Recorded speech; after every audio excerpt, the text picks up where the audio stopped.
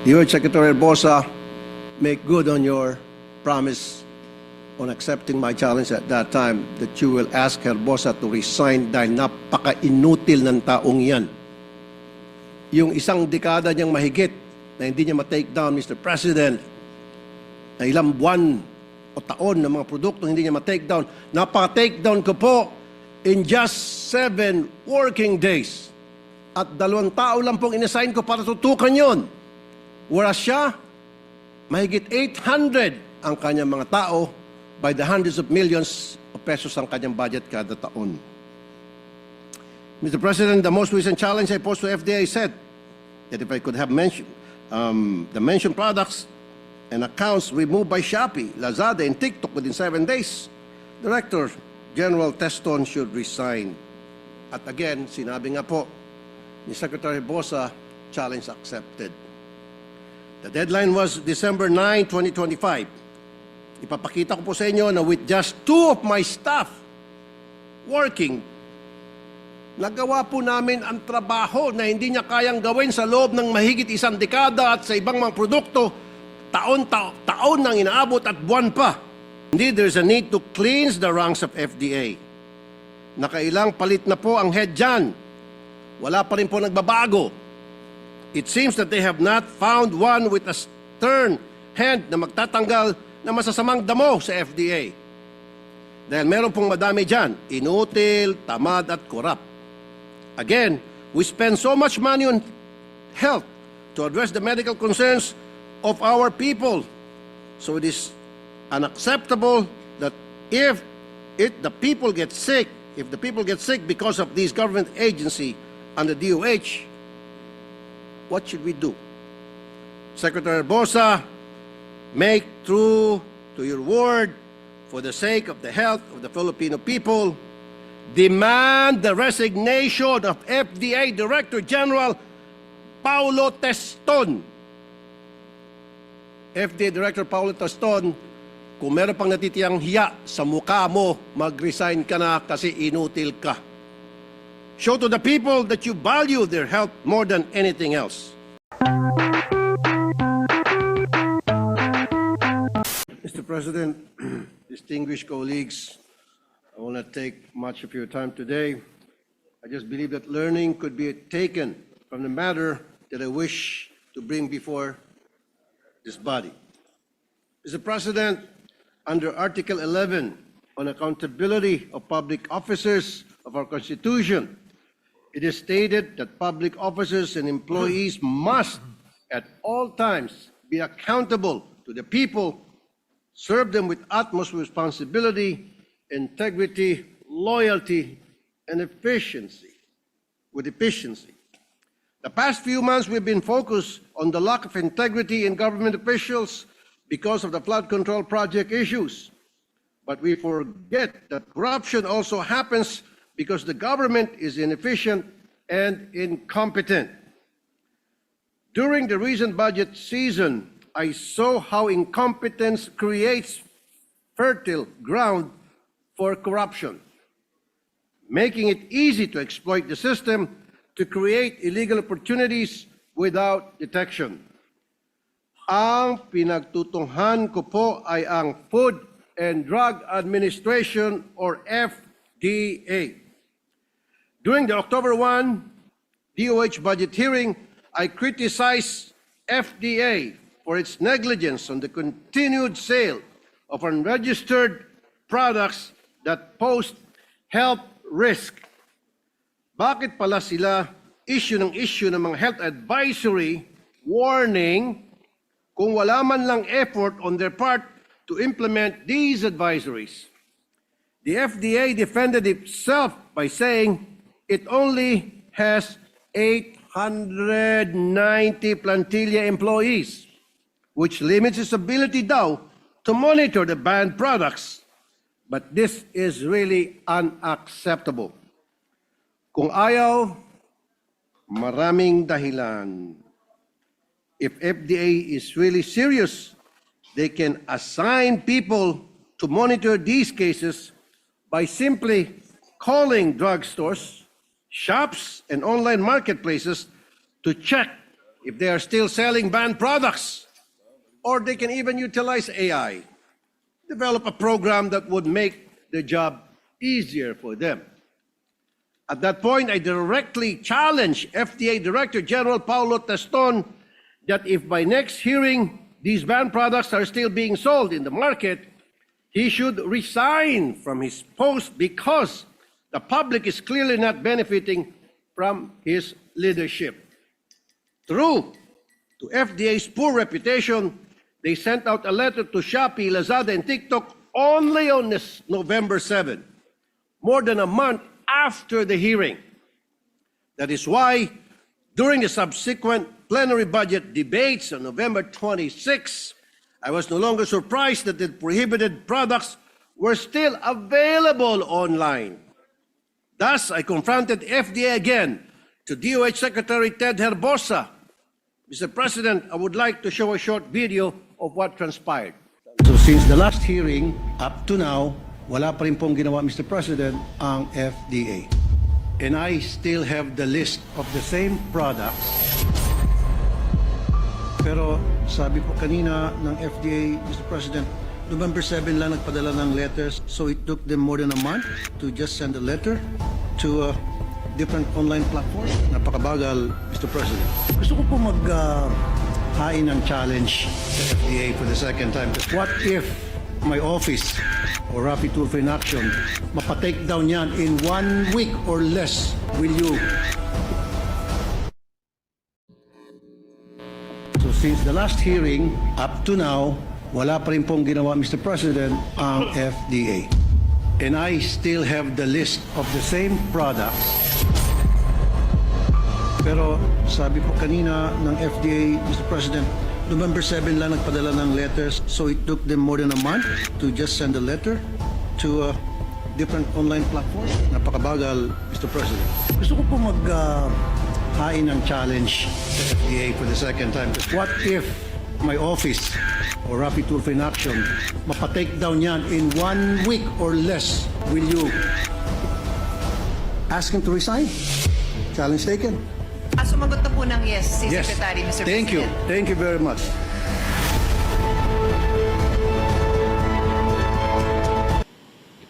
So I'm calling on your Secretary Bosa, make good on your promise on accepting my challenge at that time that you will ask Herbosa to resign dahil napaka-inutil ng taong yan. Yung isang dekada niyang mahigit na hindi niya ma-take down, Mr. President, na ilang buwan o taon ng mga produkto hindi niya ma-take down. Napaka-take down ko po in just 7 working days. At 2 tao lang pong inassign ko para tutukan yon. Whereas siya, mahigit 800 ang kanyang mga tao, by the hundreds of millions of pesos ang kanyang budget kada taon. Mr. President, the most recent challenge I posed to FDA said that if I could have mentioned the mentioned products and accounts removed by Shopee, Lazada, and TikTok within 7 days, Director General Teston should resign. At again, sinabi nga po ni Secretary Bosa, challenge accepted. The deadline was December 9, 2025. Ipapakita ko po sa inyo na with just 2 of my staff working, nagawa po namin ang trabaho na hindi niya kayang gawin sa loob ng mahigit 1 dekada at sa ibang mga produkto, taon nang inaabot at buwan pa.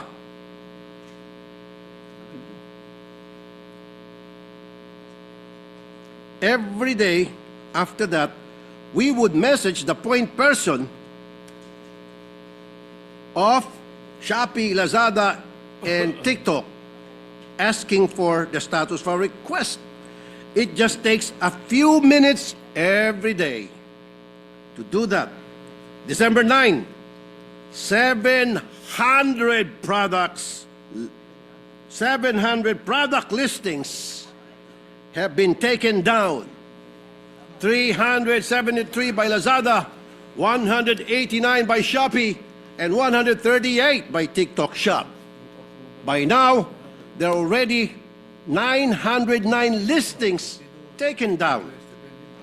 With little manpower, we were able to do what FDA could not do for more than a decade, for years, for months, in some products. Ano po ang tawag dito? Dalawa lang po. Bakit tatlo? Dalawa lang. Tamad, inutil, o kurakot. Dahil tumatanggap doon sa mga hindi nila mapa-take down ng mga produkto na sinasabi nila mismo na harmful po for human consumption, mapanganib, kaya nagbigay po sila ng warning. Mr. President, FDA's mandate is to ensure the safety, efficacy, or quality of health products or consumer products that may have an effect on health. But more than just protecting the people's health, what we don't immediately realize is that FDA regulates so many businesses, food, drugs, cosmetics, medical devices, household and urban pesticide products, and other household and urban hazardous substances. The value of these businesses reach about 7.2 trillion pesos. Ang laking pagkukurakutan. Trilyon. Ang laking halaga ng negosyo ang nasa kamay ng FDA. And with FDA topping the list of most complaint agency from January to August 2025 by the Anti-Red Tape Authority or ARTA, medyo mapapaisip po kayo. Ano ba talaga ang nangyayari dyan sa FDA? Based on our verification with ARTA, the reason for the complaints is often failed to process on time. Maraming unregistered products online kasi ang tagal nila mag-process, baka nag-aantay ng lagay. Kaya dahil alam nila na papasa ang produkto nila at safe ito, kaya itong ibang mga pharmaceutical companies, nagbebenta na lang para hindi masayang opportunity. For example, after October 1 budget hearing, where I mentioned unregistered products being sold in Watsons, such as popular brand products of Biotin and Lumi, because they were called out, Watsons removed the products from their online platform, Motopropio. Well, actually, after they were called out, that's when they act on it and remove their products online. But a few days after, FDA finally approved these products. Sabi siguro ng FDA, sayang kung hindi kami napatulfo. Tuloy-tuloy pa rin sanang alam niyo na walang tuloy ng kita ang FDA. FDA is purely reactive and not proactive and definitely not productive. May isa pa pong nakarating sa akin na modus ng FDA kung saan iniipit po nila ang ilang maliliit na pharmaceutical companies, local pharmaceutical companies. Tulad nitong insect killer na Strike, na water-based insect repellent. Safe na, mura pa. 5 taon na sila sa merkado at walang reklamo. Pero noong 2022, bigla na lang nilang hindi ni-renew ang Certificate of Product Registration ng nasabing produkto. At kung ano-ano mga dahilan ang binibigay kung bakit ayaw nila i-renew hanggang sa napagod na yung manufacturer, hindi na lang po tinuloy ang pagbenta ng napakaganda sanang Strike product. Samantala, agad-agad, isang multinational company naglabas ng parehong produkto, parehong technology na mas mahal, biglang kumalat sa merkado. And very obvious, pinatay nila ang isang produkto na mura na galing sa isang maliit na pharmaceutical company para itong malaking multinational company come up with the same product and much expensive para maaprubahan, mapunta sa market. And of course, hindi naman siguro tayo mga elementary at alam na natin kung anong dahilan. Again, ang dahilan ay salapi. Now, the public is stuck with these expensive products kasi nga, mas mahal ang mga multinational companies na malaki ang ginagastos sa advertising at marketing. Ito rin ang nangyari sa ibang mga gamot kung saan mas nakakabenta ang mga multinational pharmaceutical companies dahil sa gastos ng mga sa medrep, sa mga seminars ng mga doktor, hotel, airplane tickets, and tours. Yan po ang isang dahilan kung bakit napakamahal po ng napakarami natin mga gamot na hindi kayang bilhin ng mga ordinaryong mamamayan dahil nga po gumagastos itong mga multinational companies ng milyon-milyon, daan-daan milyon kada taon para sa isang produkto. Whereas the small multinational companies, they don't have that budget. Therefore, wala din silang panglagay, hindi na po inaprubahan ang kanilang certification product or CPR, Certificate of Product Registration, after a year na matagal na tinatangkilik na sa merkado. Sa medium-sized pharmaceutical companies, just word of mouth po ang nangyari kaya mas mura ang mga produkto nila. Pero sila po ang pinahirapan ng FDA dahil wala nga po silang panglagay. Anyari FDA, hindi lang po kayo tamad at inutil, panigurado, talamak din ang korupsyon sa FDA. Kahit ano pang sagot, there is something wrong. It is bothering that we spend so much money on trying to deliver health services to our people when here is an agency under the DOH doing the exact opposite. Ang FDA ang nagiging dahilan bakit nagkakasakit palalo ang mga tao dahil hindi nila ginagawa ang kanilang trabaho. Mapanganib sa kalusugan ang ilan sa mga produktong pinatanggal po namin. Pinatake down namin. Tulad ng Hokkaido sleeping pills. Hokkaido slimming pills na may amphetamine na sangkop sa shabu. Ang ibang produkto naman ay maaaring magdulot ng severe heart, kidney, hormonal, and neurological complications, including cancer risk, dangerous blood pressure changes, and life-threatening electrolyte imbalances. Hindi po ginawa ng FDA ang kanilang trabaho, pinabayaan lang po ng mamayagpag, patuloy pa rin na mabibilian sa merkado through online. Mr. President, under Internet Transaction Act of 2023, Shopee, Lazada, or TikTok Shop as an e-marketplace is expressly required to prohibit the sale of regulated goods unless the necessary permits and license information are provided and sellers are contractually obliged to follow all applicable sale procedures and limitations. They are likewise mandated to provide an effective and responsive redress mechanism for reporting listings that violate Philippine laws. My office used these as basis to have the products taken down from their platform, and they complied accordingly. Ano pong mahirap doon, FDA? That is not even my office's mandate and expertise, and yet we were able to do it. Indeed, there is a need to cleanse the ranks of FDA. Nakailang palit na po ang head dyan. Wala pa rin po nagbabago. It seems that they have not found one with a stern hand na magtatanggal na masasamang damo sa FDA. Dahil meron pong madami dyan, inutil, tamad at korap.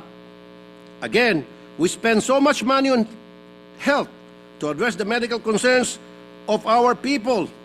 So it is unacceptable that if the people get sick because of this government agency under DOH, what should we do? Secretary Bosa, make true to your word for the sake of the health of the Filipino people. Demand the resignation of FDA Director General Paulo Teston. FDA Director Paulo Teston, kung meron pang natitiyang hiya sa mukha mo, mag-resign ka na kasi inutil ka. Show to the people that you value their health more than anything else. Mr. President, my dear colleagues, thank you for listening, and I hope for everyone's support regarding this matter. Magandang hapon po. Thank you. Senator Rafi Tulfo, earlier during the budget deliberations, I remember you challenged the Secretary of Health Mr. President, if you can do it in Yes. 1 week, will he resign? Yes, yes, did Mr. he, President. Did he accept the challenge? Challenge accepted, Mr. President. And where is he now? I don't know, the FDA Director General still at the FDA, maybe picking his nose. Mr. President. All right, Mr. Majority President, Leader. we have several members who wish to interpolate the good gentleman with his permission, of course. We have Senator Rodante Marcoleta, and after which will be Senator Lauren Legarreta. And All right, Senator Risa Ontiveros as well. So, age before beauty. Senator Dante Marcoleta is recognized. Salamat po, Mr. President. Mr. President, naiintindihan ko po yung frustrations ng ating kasama sa kanyang pagpapahayag sa magitan ng kanyang privilege speech ngayong hapon. Kagaya po niya ay ang representasyong ito po ay biktima rin ng ganyang klaseng mga dapat na i-take down sa ating internet. Ngunit sa kabagalan po ng mga hensyang may kinaukulan dito, nananatili po tayong naapektuhan ng mga bagay na ito. Ang binabanggit ko po ay yung ating tinake up kanina, Mr. President, na kung saan ay isa sa inyong panukalang batas ay ating na-discuss. At kagaya nga po ng aking naibahagi, Mr. President, ako po ay naging biktima ng napakaraming fake news na sa ngayon ay nabibilang na, may panglima na po. Kagaya po ng frustrations ng ating kasama, Mr. President, yung dalawa po ay ginawan namin ng paraan lang, Mr. President. Ibig sabihin, kagaya ng ating kasama, Senator Rapi, ang opisina niya ang mismong nag-initiate. Inabot yata ng halos 1 linggo bago niya ma-take down yung mga bagay na gusto niyang maalis. Kami po naman ay nagkapalat, Mr. President, na yung unang dalawa, dahil na rin po sa aming sariling pagsisikap, ay na-take down po namin yung unang dalawa. Yung pangatlo po ay napababa namin, na-demote namin, ibig sabihin, nandun pa rin sa internet, pero kukunti na lang ang nakakakita. Hopefully sana ay ma-take down din yon. Meron pa pong dalawang natitira na yan po ang aming pagsisikapan na maalis sapagkat nagsisilbi pong pandaraya at panlilinlang sa ating mga kababayan. Gusto ko pong i-congratulate ang ating kasama sapagkat sa kanyang sariling initiative nagawa niya yon at alam ko ang kanyang frustrations, kagaya ko rin. Kung hindi pa pala kami ay gagawa, Mr. President, kung ito pala iiwanan namin sa mga ahensya na may kinauukulan, ay magtatagal pa pala, kagaya po ng na-experience ng ating kasama, Mr. President. Paano po kaya kung hindi natin gagawin? If we will not fend for ourselves, at hahayaan natin ang mga ahensya na may pananagutan at may responsibilidad na sana sila ang magsikap na gawin lahat ito upang sa ganun ay mailigtas ang lahat ng ating kababayan. Hindi lamang po tayo na kung minsan ay napaparatangan ng kung ano-ano nang dahil lamang sa mga maling, mga fake news na yan na kung tawagin nga ngayon ay disinformation and misinformation. Gusto ko lang pong itanong siguro sa ating kasama, Mr. President, kayo po ay nagmungkahi na hamunin nyo ng resignation yung mga opisyal na may kinalaman dito. Yun din po ba ang suggestion niyo po sa mga mabagal na opisyalis ng mga hensya po na may kinalaman sa pag-take down ng mga fake news, Mr. Senator?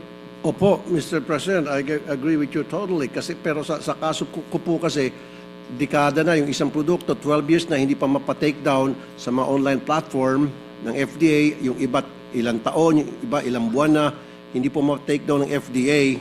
Kaya talagang sobrang ang frustration ko po. Kaya nag-challenge na po ako sa FDA Director himself and then sa DOH Secretary na kung after 1 week magagawa ko, in 7 working days magagawa ko mag-resign si FDA Director. Pumayag naman si Secretary Herbosa, DOH Secretary, na kung saan sa ilalim po, napapailalim po ang FDA. Pero yes, I agree with you. Sana yung mga kawanin ng gobyerno na hindi ginagawa yung kanilang trabaho, dapat po talaga mag-resign. Bakit pa ho sila manungkulan sa gobyerno kung hindi nila kayang gampanan yung responsibilities na kanila po ang naka-attach sa kanila, kaya sila po nandun sa kanilang position po.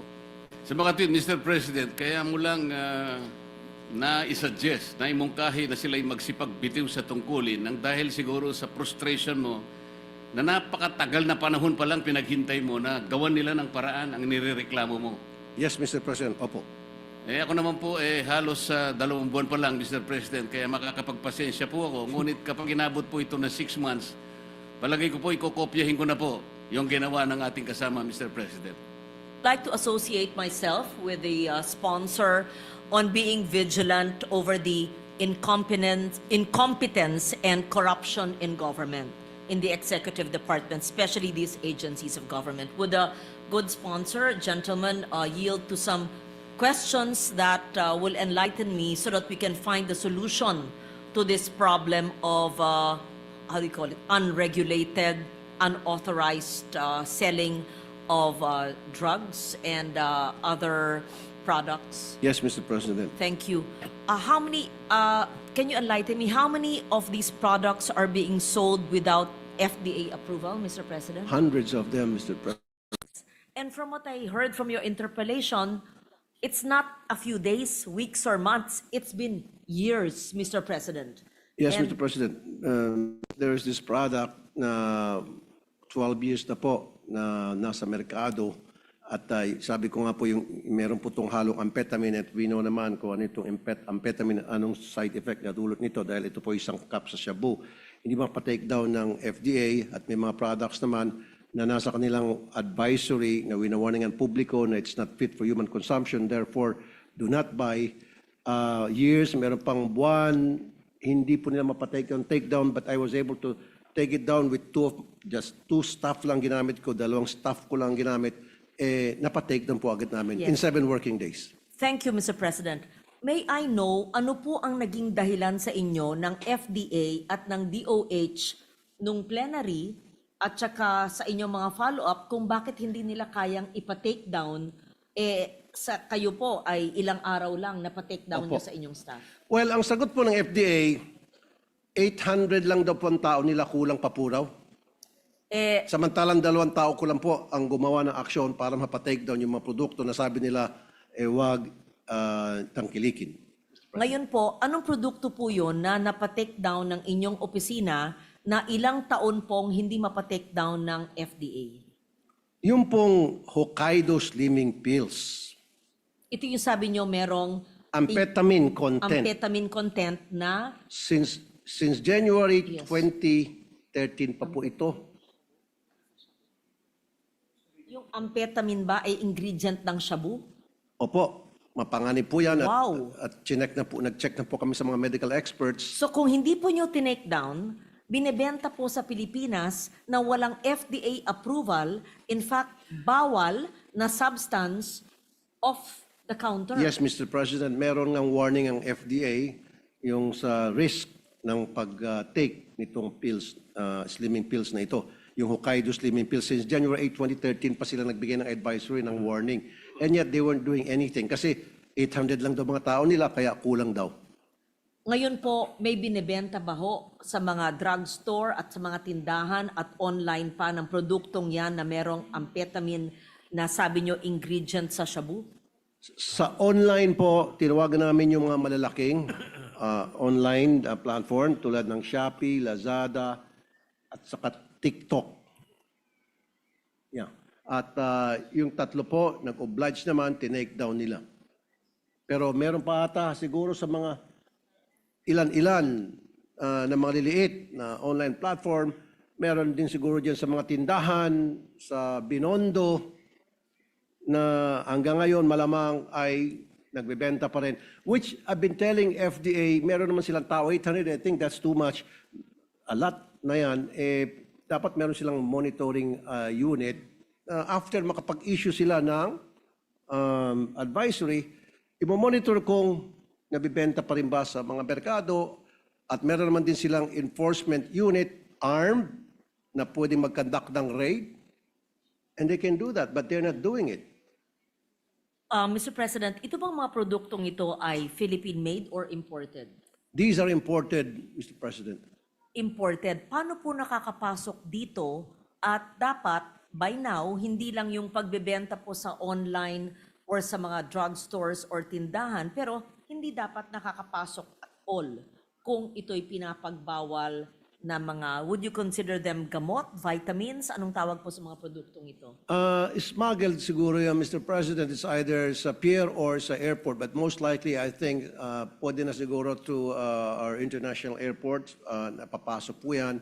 Tama po kayo. Dapat meron ding coordination ang FDA sa Bureau of Customs para warningan yung mga Bureau of Customs personnel pag nakita itong mga produkto na ito, kumpiskahin at sunugin, etc., which they're not doing, Mr. President. Tama po kayo. So now, hindi lang po isang ahensya ng gobyerno, hindi lang po FDA which is under DOH, pati na Bureau of Customs. Kasi yung pagbebenta ay isang bagay, yung pagmamonitor, and that shows the seemingly the incompetence of FDA na hindi nila magawa yung nagawa po ng inyong tanggapan, bakit ko po nakakapasok kung imported naman ito, right? Smuggling nga, Mr. President. Yes, so we should, and how many other products are in this same... Well, in fairness of Bureau of Customs, Mr. President, maybe the Bureau of Customs wasn't informed by FDA na these are the products na dapat bantayan ninyo pag pumasok to, kumpiskahin ninyo, etc. I don't think FDA did just that, Mr. President. Mr. President, ito po ay hindi rehistrado. Dahil ba ho na pagbawal dahil nga sa maling o masamang ingredient, or hindi po sumunod lang ng proseso, at kung susunod ng proseso ay maaring mabigyan ng permiso? Dalawa po, Mr. President. Thank you for bringing that up. Number one, siguro sa ginawa nilang investigasyon o nakarating sa kanilang impormasyon na mapanganib po ito sa kalusugan, kaya huwag niyong tangkilikin. And then number two, maaring safe yung product, hindi lang ma-register because alam na natin bakit ayaw i-register dahil nga po kulang sa lagay o walang lagay at all, kaya iniipit po ng FDA. So ang ginagawa nila, habang wala pa silang hindi pa registered, binibenta nila sa merkado. So unregistered ang tawag noon. Meron din advisory yon. So ngayon, imbis na i-raid nila, kasi hindi registered ulihin nila, kumpiskahin nila, wala po silang ginagawa. Maybe, nalagyan na sila. So, Mr. President, this is just one example. FDA, I mean. This is just one of the many examples of a product which is either not effective, has no permit, no registration, and at worst, harmful to a person's health. Sigurado ako, may mga naapektuhan nito adversely, may mga harmful effects na nagsumbong sa inyong tanggapan o sa inyong popular na YouTube program. Thank you, Mr. Sigurado President. ako, marami nang nakaka-apekto dito. May I know what are the effects that you know for those who have taken this unregistered products? Well, some products unregistered na sinasabi ng FDA sa warning nila ay huwag tangkaling dahil mapanganib, it may cause cancer, cause bleeding, it may cause neurological side effect, etc., and all those health risks na pwedeng mangyari doon sa magtitake ng sinasabi nilang mapanganib na produkto. Mr. President. Isa lang po ito. Ilan pa po ang mga similarly situated na mga produkto na harmful sa ating kalusugan na hindi dumaan sa proseso at walang FDA permit? At pangatlo ay laganap pa rin maski pinagbawal na. Yes, Mr. President, thank you for that question. Kasi, Mr. President, what we did, pumunta kami sa website ng FDA and then tinignan namin isa-isa kung ano yung mga products na nagbigay sila ng warning na unregistered, mapanganib, kaya mag-ingat, etc. Inisa-isa po namin yan and then lahat po yun ay pinadala namin sa Shopee kasi tinignan namin Lazada and TikTok. And fortunately, these companies, nag-oblige naman, pinagbigyan kami at tinake down after na sulatan namin. Sila. May I suggest that maybe you've done it already because of your very wide viewership, 30 million in your social media platform in YouTube. Kung ilagay po nyo yung mga produkto at yung masamang epekto sa kalusugan at kung sabihin nyo may ingredient dyan na na sa shabu din ay makakasama sa tao because hindi lahat ay merong ganyang impormasyon ay maaring mawarningan ang mga taong bibili pa ng mga produktong yan kasi lagana pa po sa merkado. So, while government is not acting urgently on a health issue or a health emergency by taking away access to harmful health products, I think information so that to scare the people, huwag niyong tatanggilikin ito dahil ito'y hindi lamang illegal kundi masama sa inyong kalusugan. Because as we speak, people may be buying it. Baka may nagsasabi, ito slimming, ito makakaganda sa'yo, tapos makakasama sa kanilang kalusugan. Yes, Mr. President, thank you. Pinost ko po yun, yung mga product na sabi ng FDA na mapanganib tulad ng Hokkaido Slimming Pills sa Facebook account ko. Pero ang akin pong advice sa lahat ng makakapanood nito, makakarinig sa atin ngayon, i-check nyo po ang website ng FDA. Nandun po yung complete list ng mga sinasabi nila ang registered products, mga products na dapat hindi tangkilikin. All they need to do is go to that website at makita nila kung yung bang binibili nila, ginagamit nila araw-araw ay nandoon ba o wala. Pag wala doon, then ibig sabihin safe. Pag nandoon, then wag niyong tangkilikin. Kasi yung pong sabi ng FDA. Or, some of these products, safe naman talaga dahil walang lagay, pwede rin pong nilalagay na lang doon. Warning. Ngayon, pag nagbigay na, o di, papabayaan na lang ng FDA. Alisin na nila buburahin na nila sa kanilang advisory. Kasi nakapaglagay na eh. Mr. President. That's also dangerous, Mr. President, dahil hindi base sa siyensya o sa tamang datos, kundi dahil sa korupsyon, kaya nawawala sa listahan or nalalagay sa listahan. Yes, Mr. And President. I join that's Your possible. Honor in calling for FDA to shape up. I know there's a new FDA head, Attorney Paulo Teston. Siya ba ang sumagot ng mga tanong ninyo nung plenary session natin sa budget? No, Mr. President, he wasn't here at that time, but his Alipores, or his minion, was present at that time. But I was able to talk to Secretary Herbosa. That's where I posed my challenge to him during that budget hearing. And Secretary Herbosa said, challenge accepted. Kasi sabi ko, paano kapag hindi pa take-down ni, anong pa, ni Paulo Deston, itong mga unregistered products, ang mga products, sabi mo, dangerous for years and months. Kung mapatake doon ko in 7 working days, I think I repeated it twice. Pag-resignin mo ba yung FDA Director General mo? And he said, yes. Kaya nga po, sinisingil ko na ngayon si Secretary Herbosa na pag-resignin na po si Deston dahil inutil naman po talaga. So this is a call to action to the FDA head. I don't know him personally. Again, nothing personal. Attorney Paulo Teston, to Secretary Herbosa as well, and all other government agencies who are not doing their job, who are instead causing harm to the Filipino people because of their inaction or because of possible and alleged corruption, because of government inefficiency, and because of this complacency in implementing all the pertinent rules and laws that we honor. Yes, So Mr. I President. join Your Honor in making that call. And I think you may call that person to your office along with the health advocates in this chamber. So Hindi that ko na, ayokong patawag sa office ko, baka mabatukan ko lang, Mr. President.